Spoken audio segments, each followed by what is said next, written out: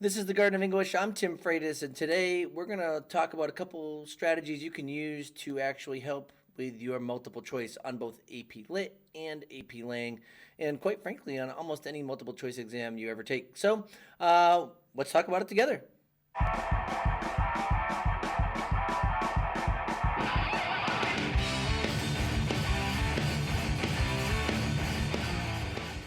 All right, thrilled to be back here today to talk about some strategies for dealing with multiple choice. We're going to do the same thing with both AP Lang and AP Lit, but we'll do Lang first and Lit second. Before we get into it, I want to give a shout out here to the Patreon supporters for the Garden of English who are right up here. You can see their names right there. We are super grateful for the support that you indeed offer to us. And please note, if you're considering actually donating to the Garden of English to Patreon, there are some perks, and you can check those out in the videos right up here. Even at the base level, you get early access to videos, sometimes weeks at a time. You also get some free poster files as you look through those levels there as well. And there are also opportunities to actually have one-on-one planning time with me or study time with me with your students or things like that. So you might want to check that out. I also want to give a shout out to Parlay today because they are indeed sponsoring this video. And in doing so, I want to actually focus on something that shows up in the Parlay universe, okay? And the Parlay universe is actually accessible to anyone before you even sign up for Parlay. So if you were to just go to an internet search and you were to type in Parlay Universe and do so, you can get right in here, and then you can click right that first link that says Parlay Universe. And if you go up into the search and type in the Garden of English, you will see that there is a collection down here. And this collection down here is actually a set of roundtables that Lauren Peterson and I are building for all of the units that coincide with the course and exam description. So each unit has 3 different lessons based on 3 different sets of skills. And these are meant to be internet-based discussions that can actually generate and help build skills, where we've already linked all of your content for you there. So if you're looking for some review lessons, by all means, you should check this out. Please note that each one of these units also has a theme. So please, Unit 1, we focused on technology and marketing. Unit 2, we focused on fast food. Unit 3, we focused on sustainability. Unit 4, we focused on social media. Unit 5, we focused on the growth mindset. We actually just finished, like I said, Unit 6, which focuses on conservation, animals, and zoos. And then we have Units 7, 8, and 9 in production. Unit 7 is going to focus on fashion and beauty. Unit 8, who's actually being made by the one and only Beth Hall from Coach Hall Writes, is going to focus on sports. And then Unit 9 is going to actually focus on graphic novels and heroes. So those are coming, but those won't be available probably until at the earliest or the beginning of April or mid-April. But they are indeed coming. So if you're looking for elements of review, by all means, I encourage you to check out Parlay, and that's at parlayideas.com, and we are grateful to them for sponsoring this particular video. One other shout out that we have to have here, because we're going to actually use their materials today. I want to give a huge shout out to Marco Learning. They are not sponsoring this video, but they are indeed a huge part of it. And I want to just thank John, who is the head of that company, because he gave me permission to actually use what he's offered to you all for free in order to build this video about multiple choice. What we're accessing here today can be found on the marcolearning.com page. If you were to go up top, you just click on free resources and go to practice tests, and it'll actually bring you to this page right here. I will actually have a link for this right down in the description down below as well. And you'll want to just download, if you're doing AP Lang, which is what we'll do first, you'll want to download the practice test, or if you're doing AP Lit, you can download the practice test here. Please note that you can download answers and explanations here if you're a teacher and actually if you're a student. But it's going to be better if you're a student to actually take this on your own. But nonetheless, what we want to do here is we want to just talk about how multiple choice questions are constructed and ways to kind of make sure that we're trying to get the right language or get the right answer throughout a multiple choice. So what I'm going to do is I'm going to open up the AP Lang test first. So if you were looking for AP Lit strategies or techniques, please note that what I'm going to do here is the same exact thing that I'm going to do with my Lit example in just a few minutes from now. But if you're like, no, I just want to look at Lit stuff, then jump ahead in the video. Okay, but here's what we're looking at for Lang. I'm not using the first passage in this practice exam. I'm going to actually go to the second passage here, which is the passage that's excerpted from the State of the Union address that George H.W. Bush delivered in 1992. And so in order for us to actually go through this particular process to see what's going on here in terms of practicing for multiple choice, ways that we can help our students practice, I need you to actually pause the video here, download the practice test, and actually read this, because otherwise none of this will make sense. So I'm going to encourage you to pause right now. All right, I'm going to assume that you paused the video when I said and actually read this passage here, okay? And now here's the technique that is going to actually help students build their confidence as they produce answers on their AP Lang exam. And the way that this works is as follows. What you want to do is you want to look at the answers, and if you're a teacher, you know the correct answers, but if you're a student, you typically don't. I mean, you could go download the explanations from Marco Learning like I've already pointed out, but like I said, I wouldn't suggest that you do that quite yet because you want to work through this yourself. But when it comes to multiple choice, what happens here is this. There is always a correct answer, and then there are 4 other wrong answers. But one of those 4 other wrong answers is considered what's called the lead distractor. And the lead distractor is typically what kids fall for if they don't get the right answer. And so we want to talk about the qualities of that lead distractor so that you can actually work through that on AP exam day. So when you're taking your exam, if you know what the qualities of the lead distractor are, or what the typical qualities are, not always, but the typical qualities, you could say, you know what? I think that that actually fits the qualities of a lead distractor, and then that will help you even move towards the answer that is entirely correct, the best answer. Okay, and so what I'm going to do here is I'm going to just go through and I'm going to tell you what I encourage you to do if you're teaching your students, and that is if you take any practice element from an AP exam or from a practice exam or anything, the best way to get kids comfortable with identifying the difference between the right answer and the lead distractor is by actually giving your students the right answer and the lead distractor, but not telling them which one is which. So if we look at question 12 here, it says in the first paragraph, what is the relationship between lines 1 through 7 and lines 9 through 14? All right. And now what I would do in my classroom is I would actually just come over here and I would say, all right, folks, I'm going to give you the lead distractor and the correct answer, but I'm not going to tell you which one is which. And so the correct answer is either A or D on this one, okay? And then I'll tell my students, hey, now why don't you go back and answer the question. Now, obviously, students now have a 50-50 shot, so as opposed to a 20% shot at getting this correct. However, like I said, most of the time when students read on the AP Lang exam, they read through it, and they will be able to narrow down typically 2 answers. So if that is the lead distractor and the correct answer, let's figure out what this lead distractor actually entails. Well, if you were to actually go back and look at this question and read the selection, it's going to be this first paragraph here, and we're wondering what the relationship is. And the correct answer of these about this relationship is actually A.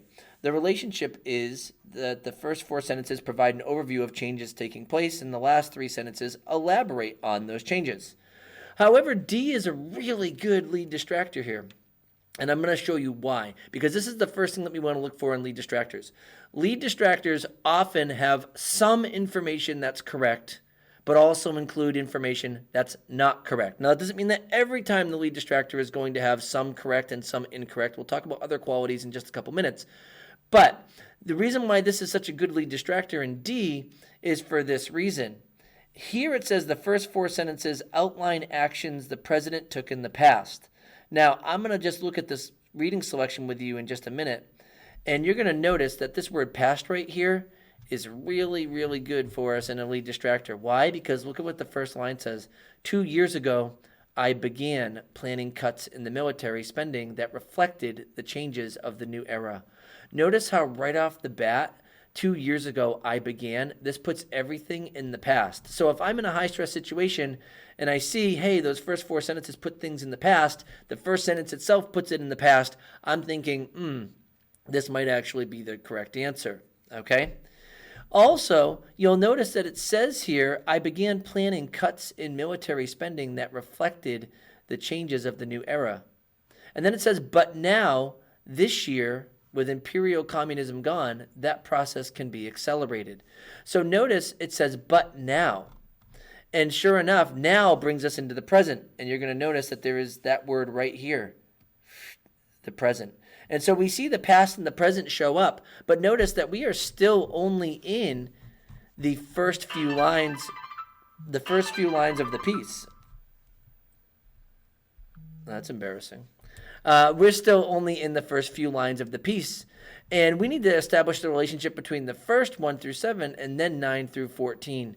And so because of that, this might actually have elements of truth. He's talking about the past, and now he's talking about the present. But we need to talk about all of 1 through 7 and 9 through 14, not just the first set of lines. When I go through 9 through 14, let's actually see what we can read here. Notice how if I read what's going on in 9 through 14, it says, we will cancel this. We will cease this. We will stop this. When I get to the last set of lines that we're looking at here, and also we have we will not purchase. This projects us into the future. So we are moving past the present and into the future. And that's actually why D is wrong. Because the last 3 sentences outline the actions, not that he is presently taking, but the actions that will be taken presently and in the future. So we will be doing this, right? And so now the first 4 sentences provide an overview of the changes taking place. That does happen. Hey, here's what's taking place in the present, in the first part, the past and the present. And then the last 3 sentences elaborate on those changes all the way into the future. And so because of that, A is entirely correct.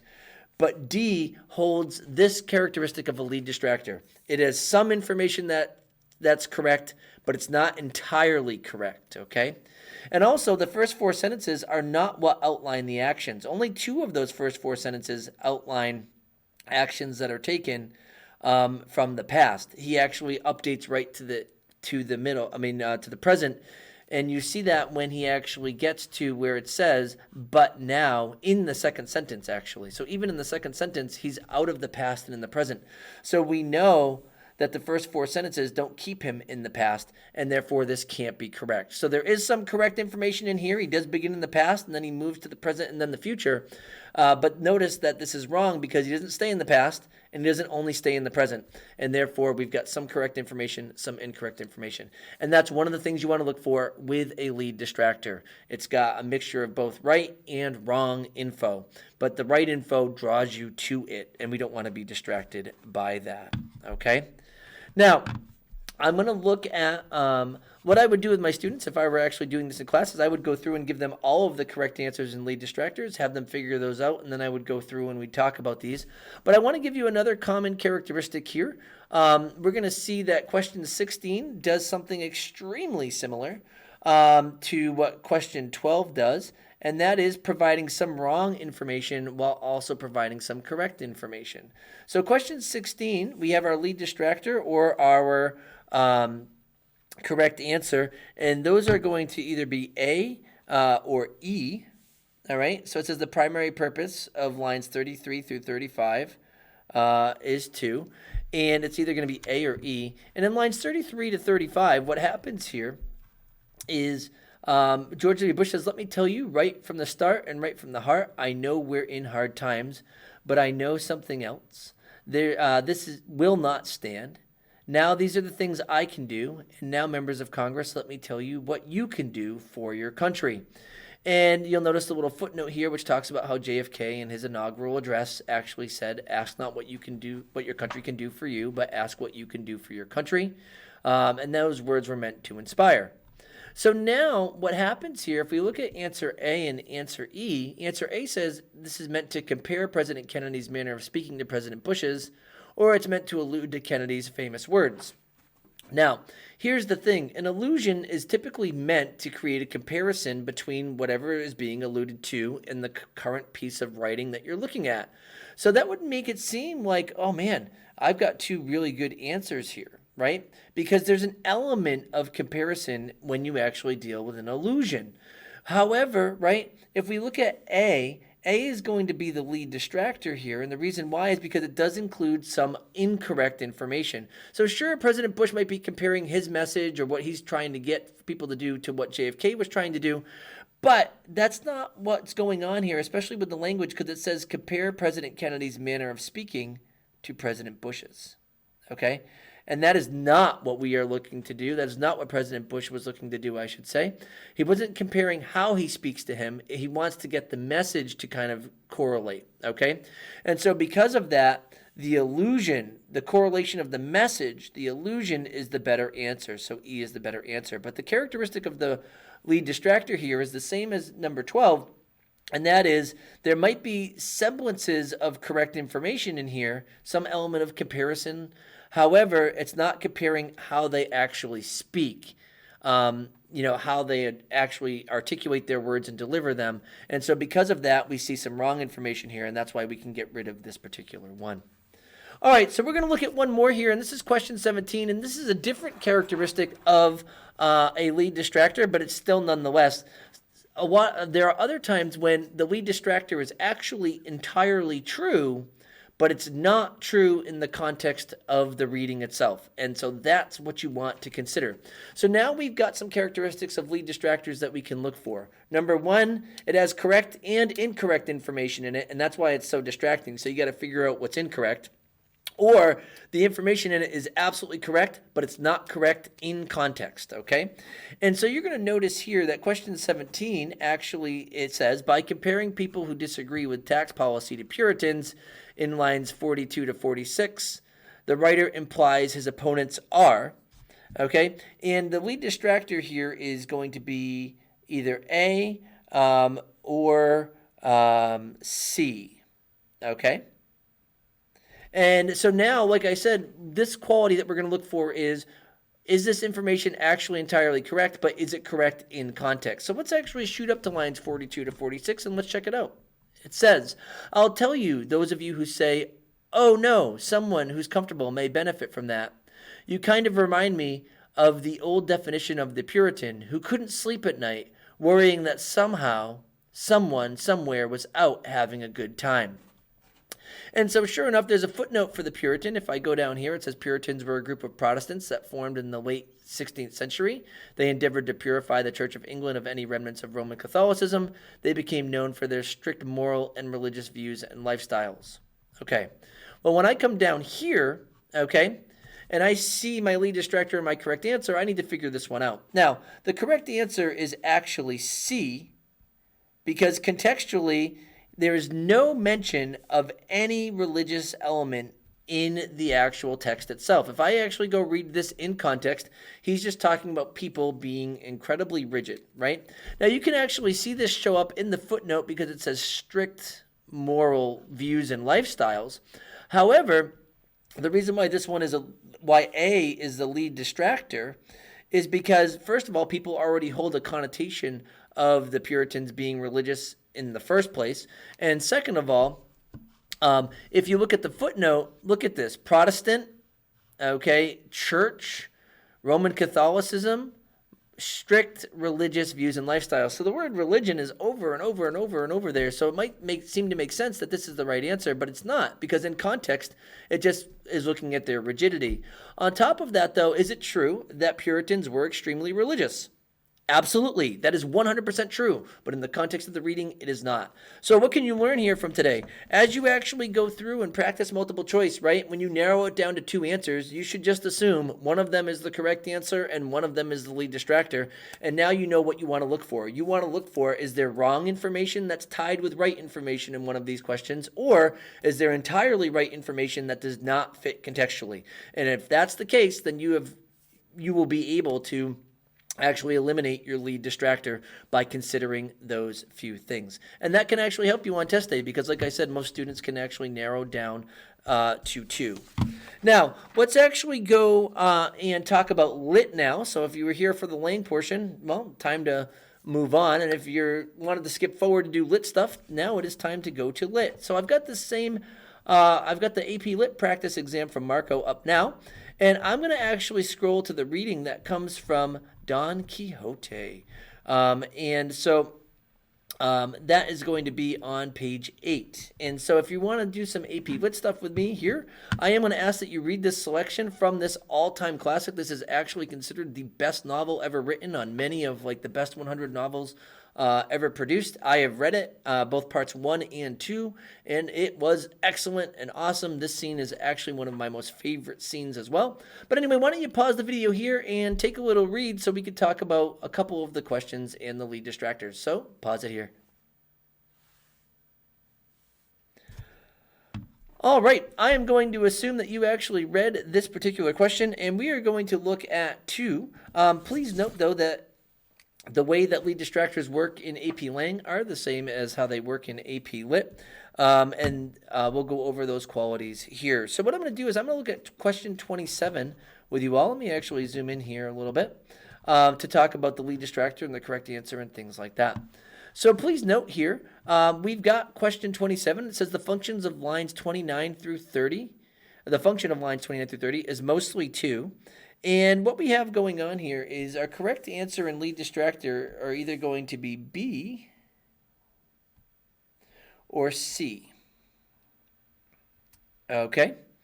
And so because of that, I'm going to have to go look at lines 29 through 30. Now, please note, if there are ever any line numbers that are written in a question, you always want to go 3 above and 3 below in order to fully understand the context of how that line is being used when you reread things here. Okay, so I'm just going to actually read starting at 25. I'm just going to read this whole paragraph here, and we're going to try to figure out which one is the lead distractor and why. So we have, so saying, he gave the spur to his steed Rocinante, heedless of the cries that his squire Sancho sent after him, warning him that most certainly they were windmills and not giants he was going to attack.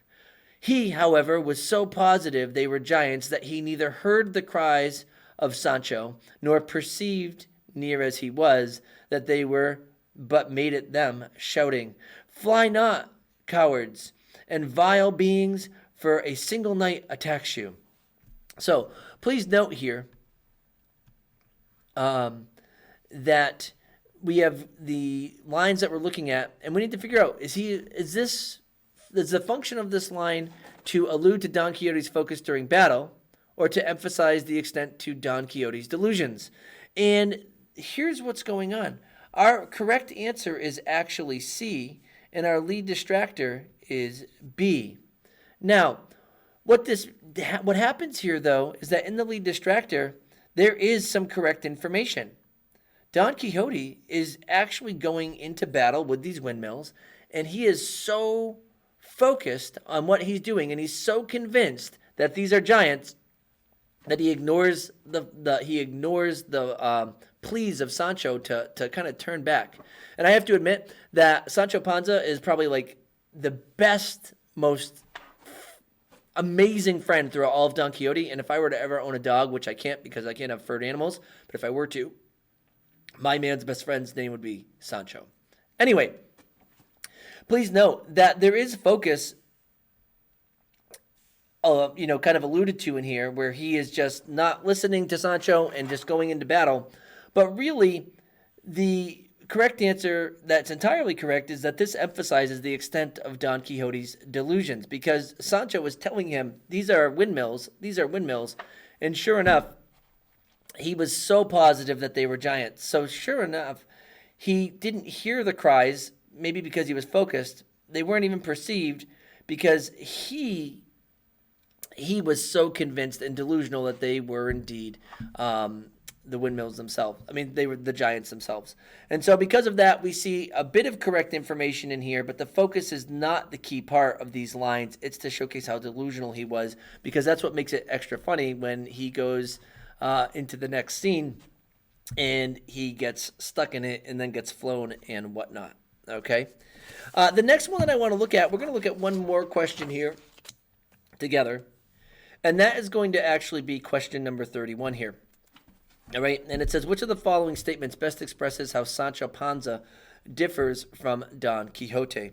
And we have our correct answer in lead distractor, and we've got B and we have E.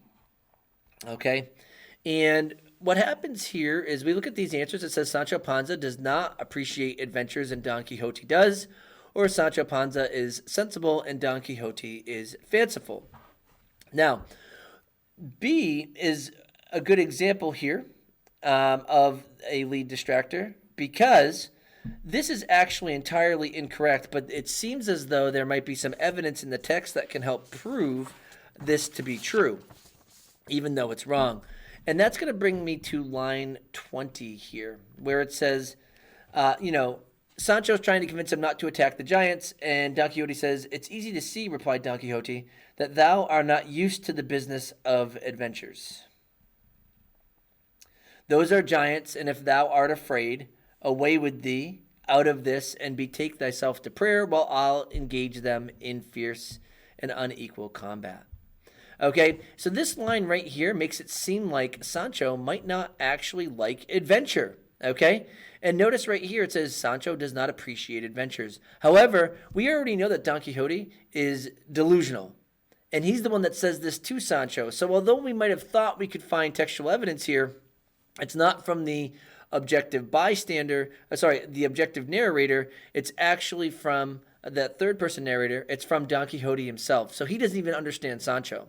And because of that, this answer is wrong. But it seems right because it does talk about this idea of not appreciating adventures, which I can find some text to actually prove. Okay? However, here we have Sancho Panza is sensible and Don Quixote is fanciful as being the better one, because Sancho keeps trying to say, those are windmills, and Don Quixote is so caught up in that fanciful adventure that he wants to have that he keeps denying it. And that's why E here is indeed the much better answer. So basically what I wanted to film this video for was to give you, if you're an instructor, a strategy for your students to help them as they prepare for multiple choice. And that is go through, get a practice exam, and mark only the correct answer in the lead distractor. And then work with your students about what lead distractors contain. And a lot of times they contain both correct and incorrect information, or they contain correct information that is actually entirely right, just not in the context of where it's placed in the actual writing or reading itself. And if kids can learn how to differentiate between those moments, then they will indeed have a much better shot of answering the correct answer on exam day. But you got to practice it, and you got to know what you're actually looking for. If you have any other tips for dealing with those lead distractors, by all means, please feel free to put them in the comments below.